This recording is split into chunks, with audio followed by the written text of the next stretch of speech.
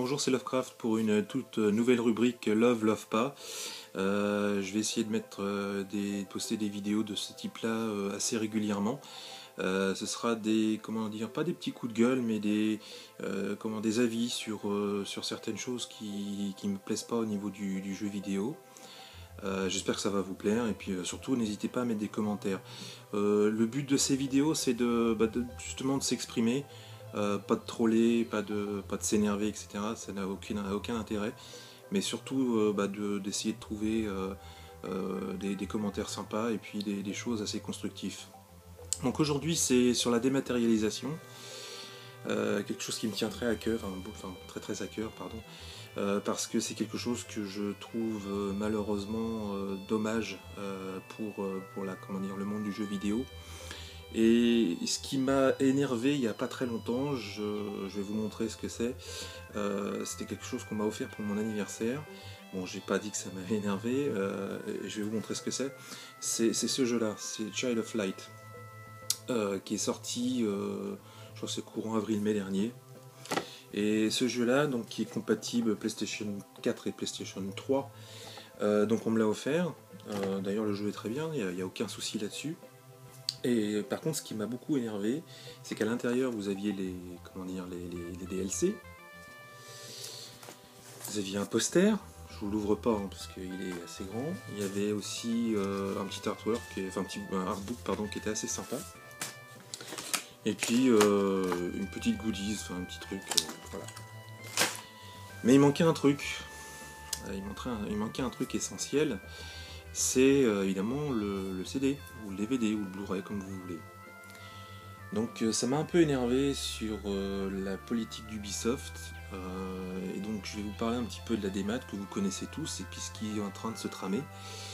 À mon avis, vous avez certainement dû entendre parler de l'histoire qu'il y a eu entre la Xbox One et la PlayStation 4 l'année dernière pendant le 3.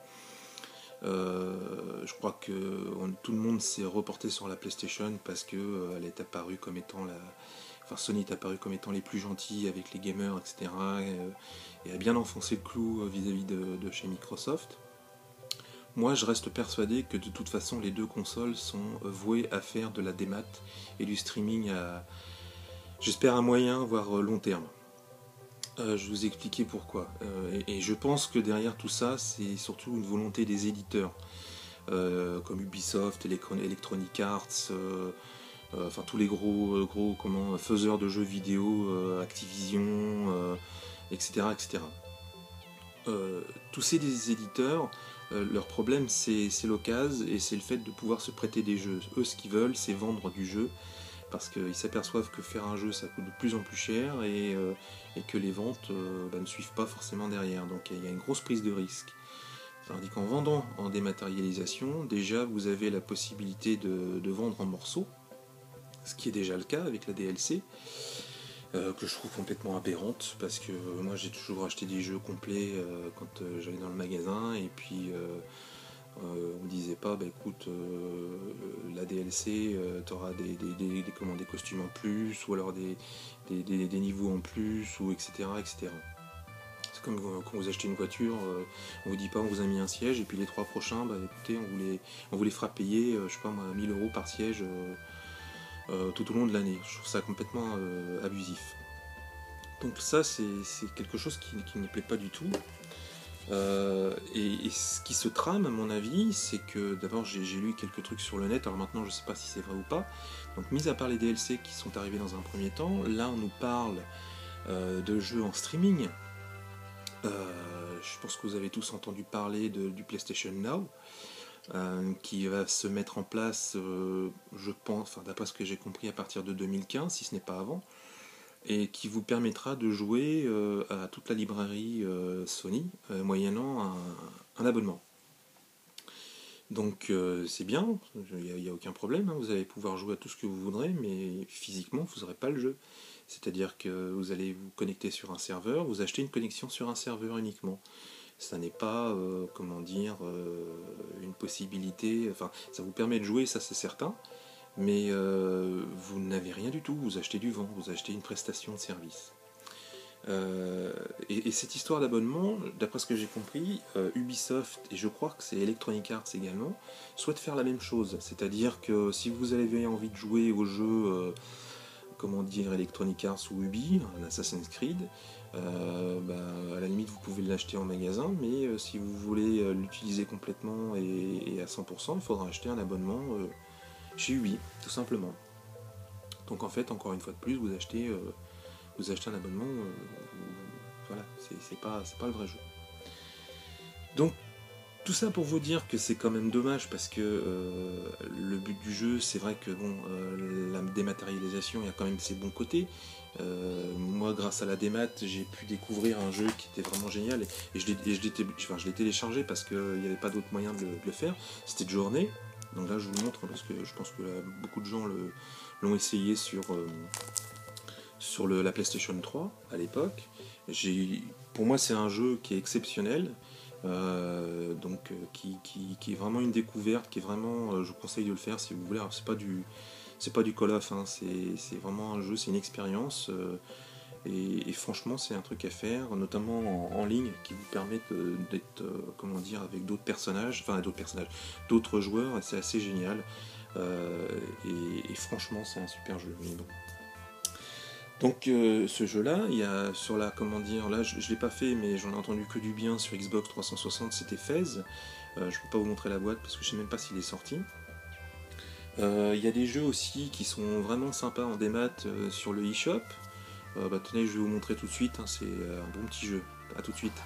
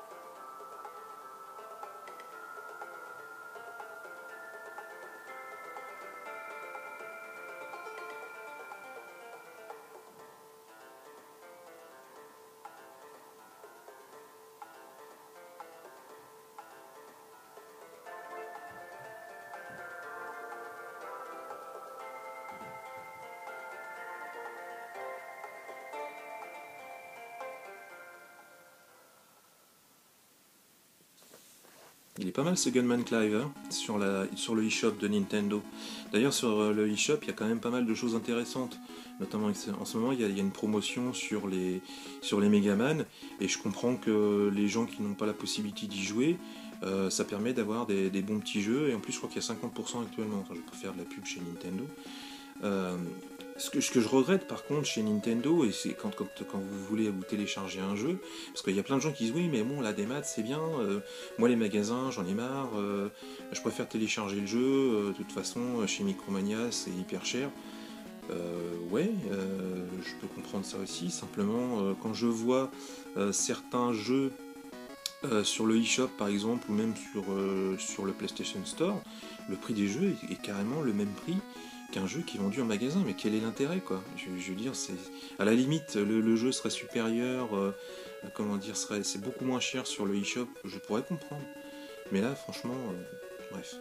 Donc il y a quand même de bonnes choses dans la démat, hein, notamment là, le fait de pouvoir jouer à des jeux rétro sur la 3DS, et puis des petites choses comme le Gunman Clive là, que je vous ai montré.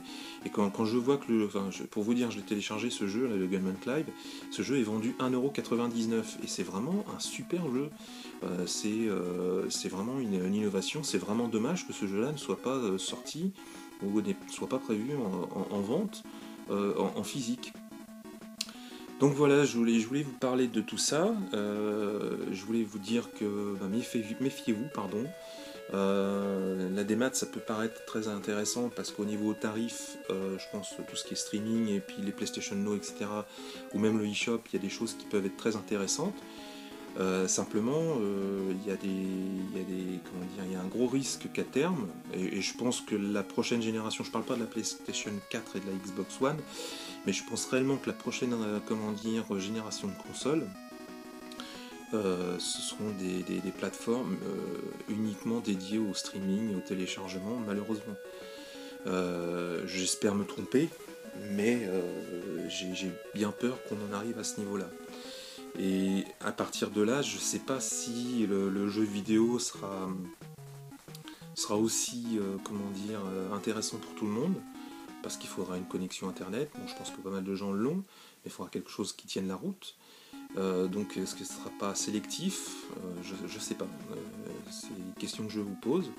En tout cas, moi, je sais que la démat, sur certains points, je trouve ça assez sympa, justement, pour découvrir des jeux indépendants. Par contre, si ça devient une chose systématique pour n'importe quel achat de jeux vidéo, là, je suis complètement contre. Et là, je reviens à ce que je fais régulièrement sur les boîtes, c'est sérieux. Et quand je vous dis qu'une boîte, c'est sérieux, c'est pas uniquement quelque chose de physique, c'est que derrière la boîte que vous pouvez avoir de votre jeu vidéo, derrière le bout de plastique, la cartouche ou le CD ou le DVD, se cache aussi tout un tas de souvenirs. Pour les plus jeunes d'entre vous, je sais pas, je dirais les plus jeunes, peut-être que ça vous paraît complètement inintéressant d'avoir des boîtes, etc. Simplement quand vous serez un petit peu plus âgé comme moi, et si vous êtes collectionneur, ou si simplement vous adorez le jeu vidéo, c'est bien d'avoir des boîtes. Alors je vous ai déjà montré, mais quand je vois le Donkey Kong sur Coleco, ça me rappelle plein de souvenirs. C'est pas que le jeu, ça me rappelle plein de choses. Si je vous montre le Sonic, c'est pareil. Le PC Kit sur la PC Engine, pour moi, c'est plein de souvenirs et plein d'anecdotes.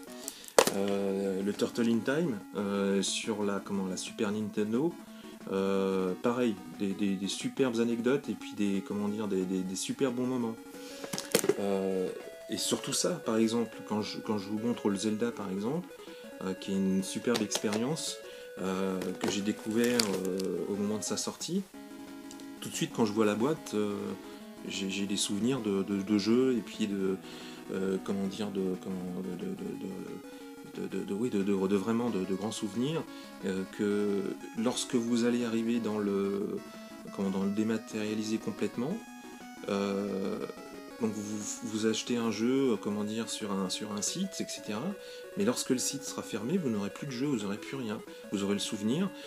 Ou alors pire, on vous dira plus tard, oui, si vous voulez jouer au Assassin's Creed 12, vous pouvez y jouer, il n'y a pas de problème, mais il faudra repayer le jeu pour le télécharger ou y rejouer, etc. Bon, je ne sais pas si c'est une bonne chose. En fait, de toute façon, les choses doivent changer, malheureusement c'est comme ça. Je finirai par le même Child of Light qui est ressorti, c'est ça que je comprends pas chez Ubisoft, qui est ressorti sur la PS Vita. Pour le coup, il est complet avec une notice. Allez savoir pourquoi, je comprends pas le but recherché. Voilà. Et je réponds aussi une dernière chose à Cat Size, qui me disent que la dématérialisation, et me pose la question, est-ce que la dématérialisation c'est la fin de nos collections? Je dis non, parce que nous on a la chance d'avoir connu des jeux en boîte, etc. En boîte, notice, etc. Des jeux définitifs, sans DLC, sans téléchargement, etc. Donc il y a tellement de choses qui me manquent dans ma collection que j'aurai toujours le choix l'envie de récupérer des pièces que je n'ai pas. Par contre, pour les plus jeunes d'entre nous, qui vont arriver sur le monde du jeu vidéo, je veux dire des gamins qui ont peut-être 5-6 ans actuellement, qui ne connaîtront peut-être même pas ce que c'est qu'une boîte de jeux vidéo, c'est dommage, je pense. Déjà, on nous a fait des boîtes sans notice, et bientôt il y aura, donc là on a les boîtes sans jeu, et puis bientôt on n'aura plus rien, tout simplement. Donc voilà, je ne veux pas pleurer, hein. Moi de toute façon j'ai ma collection, j'ai plein de choses à jouer, j'ai encore des jeux que je recherche en physique, donc moi ça ne pose pas de problème, mais bon, je pense aussi aux plus jeunes qui connaîtront pas tout ça et qui pourront pas se faire une petite collection de jeux vidéo tout simplement. Voilà. Eh bien, je vous laisse. J'espère que cette vidéo vous aura intéressé. J'en ferai d'autres sur d'autres thèmes. Et puis, je vous souhaite une bonne nuit, une bonne journée, tout simplement. Et je vous embrasse tous très fort. A plus, ciao.